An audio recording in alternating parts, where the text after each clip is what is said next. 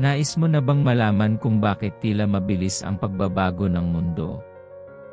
Ano nga ba ang totoong sinasabi ng mga hula sa Biblia tungkol sa mga kaganapan na mangyayari noong 2024? Nabubuhay tayo sa panahon ng kakaibang pagbabago, kung saan ang kahalagahan sa hangin ay maramdaman.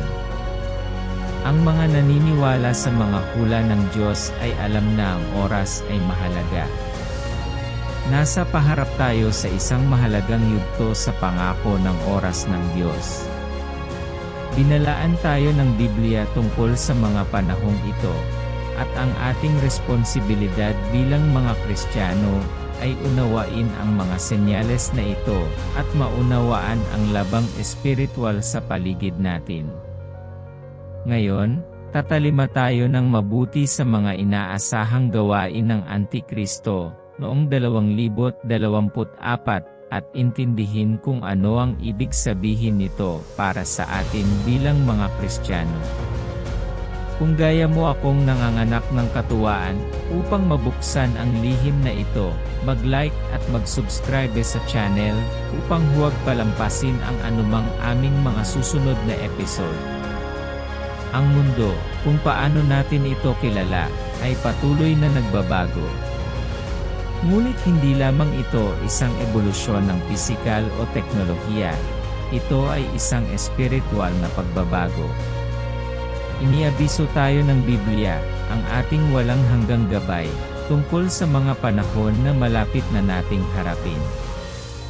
At bilang mga Kristiyano, misyon natin na basahin ang mga senyales na ito, at ihanda ang ating mga puso at isipan sa darating. Si Apostol Juan, isa sa mga pangunahing personalidad ng Bagong Tipan, ay malinaw sa kanyang mga liham ukol sa pag-iral at impluwensya ng espiritu ng Antikristo. Hindi lang siya nagsalita tungkol sa Antikristo bilang isang hinaharap na tao, kundi bilang isang espiritual na nilalang na nagsimulang umiral sa ating mundo.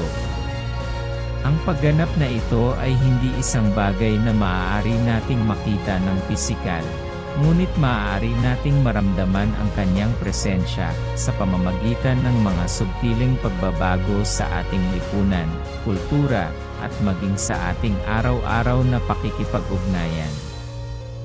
Marami ang may imahe ng Antikristo bilang isang tao, isang charismatic na personalidad na biglang susulpot.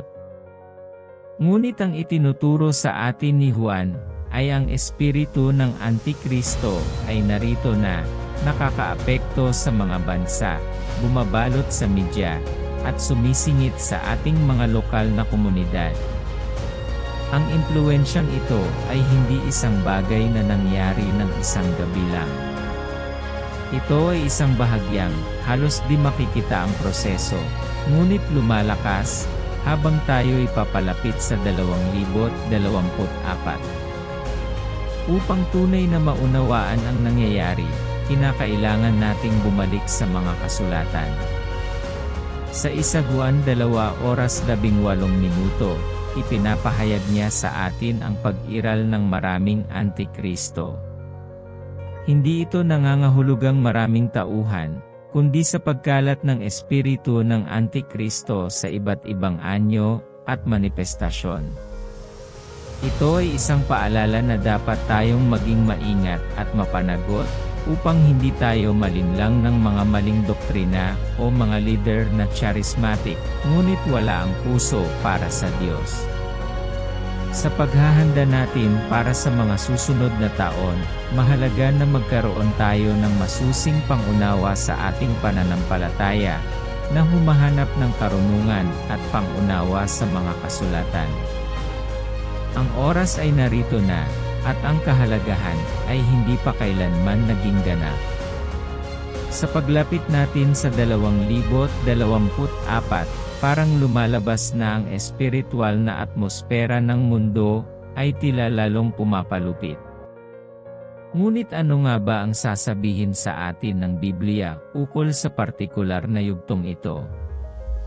At paano natin, bilang mga Kristiyano, dapat ihanda at unawain ang nangyayari sa paligid natin? Ang impluwensyang espiritual ng Antikristo ay hindi isang bagay na dadating sa hinaharap lamang, ito ay naririto na. Ang espiritual na nilalang na ito ay subtil na nagtatrabaho, nakakaimpluwensya sa isip at puso ng mga tao, na nagtutulak sa kanila na itapon ang katotohanan at yakapin ang kadiliman. Sa kasalukuyang lipunan natin, nakikita natin ang pagtaas ng pagtanggi sa absolutong katotohanan. Ang moral na relativity ay umuusbong, at ang dati itinuturing na mali o immoral ay tinatanggap na at maging ipinagdiriwang pa. Ito ay isa sa mga paraan kung paano inihahanda ng espiritu ng Antikristo ang lupa para sa kanyang buong pagsasaayos. Ngunit ano nga ba ang ibig sabihin nito para sa 2024? May mga pag-asa na ang espiritu ng Antikristo ay mas lalong magiging masigla ang kanyang gawain. Ang pagtanggi sa katotohanan ay magiging mas maliwanag, at maghahari ang kaguluhan. Ang lipunan ay handa nang tanggapin ang isang charismatic na leader na nangako ng kapayapaan at kasaganaan, ngunit sa totoo lang, ito ay pinapatakbo ng espiritu ng Antikristo. Ang leader na ito ay hindi na kailangang gumawa ng marami para makuha ang pagtanggap ng masa. Ang mundo ay handang-handa na at naghahanap-hanap na sa kanyang pamumuno. Bukod dito, inuupit tayo ng Biblia tungkol sa tatak ng hayop sa Apokalipsis. Sa mga kasalukuyang pag-unlad sa teknolohiya, ang ideya ng isang tatak o sistema na kontrolado ang mga transaksyon pinansyal at nagmamanman sa mga individual ay hindi nakatang-isip. Nakikita natin ang mga trend sa teknolohiya at pinansyal na nagpapahiwatig na ang isang sistema tulad ng inilarawan sa Apokalipsis 13 ay maaaring ipatupad sa lalong madaling panahon. Ang pagtanggap sa tatak na ito ay isa sa mga paraan kung paano magiging kontrolado ng Antikristo ang masa. Isa pang nakababahalang senyales ang pagtaas ng katiwalian. Tinutukoy ng Biblia ang Antikristo bilang tao ng kasamaan, isang figura na magtataguyod ng kaguluhan at paghihimagsik. Ang patuloy na pagtaas ng katiwalian at ang pagtanggi sa mga moral na halaga ay malinaw na senyales ng impluwensyang espiritual ng Antikristo. Sa paglapit natin sa 2024, maaari nating asahan na ang trend na ito ay lalong magiging mas matindi, na dadalhin ang lipunan sa mas malayo sa mga aral ng Diyos. Sa buod, ang 2024 ay nagbibigay ng pangako na maging isang taon ng malalaking pagbabago sa espiritual. Bilang mga Kristiyano, kinakailangan nating maging matatag sa ating pananampalataya, na humahanap ng pangunawa sa mga kasulatan, at inihahanda ang ating mga puso para sa mga hamon na darating. Sa ating pagninilay-nilay sa mga hula at mga panahon na darating, mahalaga na magkaroon tayo ng malalim na koneksyon sa ating pananampalataya at sa kasaysayan ng Biblia. Ang kasaysayan ay nagpapakita sa atin na ang sangkatauhan ay nakaranas na ng mga yugto ng malaking kasamaan, paglayo sa Diyos, tulad noong mga panahon ng Sodoma, Gomora, at Babylonia. Ang mga yugtong ito ng moral at espiritual na pagbagsak ay nagiging maapuhap na paalala kung ano ang maaaring mangyari kapag tayo'y lumihis sa mga landas ng Diyos.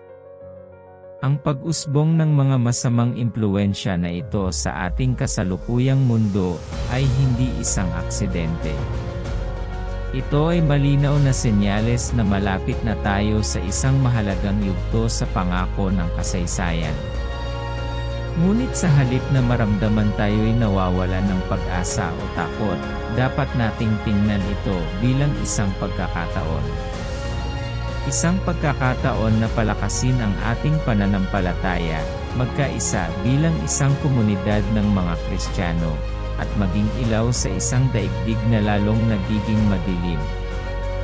Ang magandang balita ay, sa kabila ng lumalaking impluwensya ng espiritu ng Antikristo, may pangako tayo mula sa Diyos ng proteksyon at kaligtasan.